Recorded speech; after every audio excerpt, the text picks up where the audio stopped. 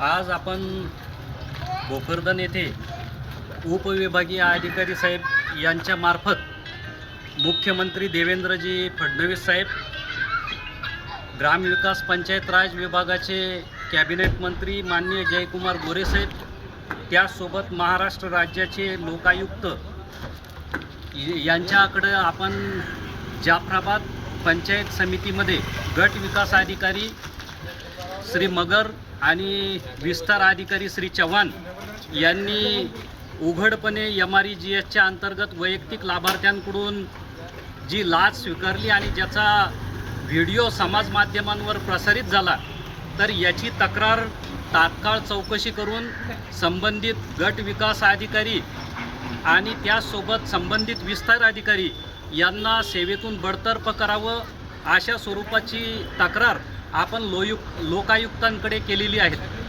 त्यामुळं लवकरात लवकर लोकायुक्ताच्या माध्यमातून चौकशी करून संबंधित गट विकास अधिकारी आणि विस्तार अधिकारी यांना निलंबित करावं, अशी मागणी राष्ट्रवादी काँग्रेस शरदचंद्र पवार पक्षाच्या वतीनं आपण केलेली आहे.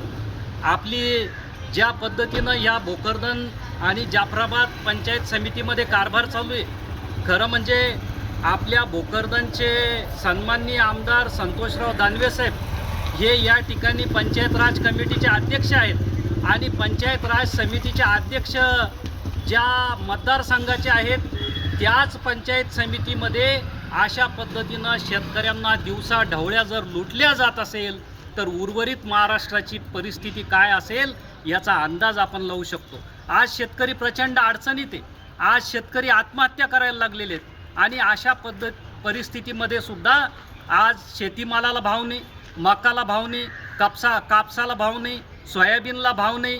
त्या परिस्थितीमध्ये सरकारनं शेतकऱ्यांच्या पाठीमागं उभं राहिलं पाहिजे, परंतु शेतकऱ्यांची लुबाडणूक करण्याचं काम ह्या लोकांनी चालवलेलं आहे. यांच्यावर जर तात्काळ कार्यवाही केली नाही तर माजी आमदार चंद्रकांत दानवे साहेब यांच्या नेतृत्वाखाली भोकरदन आणि जाफराबाद या दोन्ही ठिकाणी तीव्र आंदोलन छेडण्यात येईल, याची आपण गांभीर्यानं नोंद घ्यावी. धन्यवाद.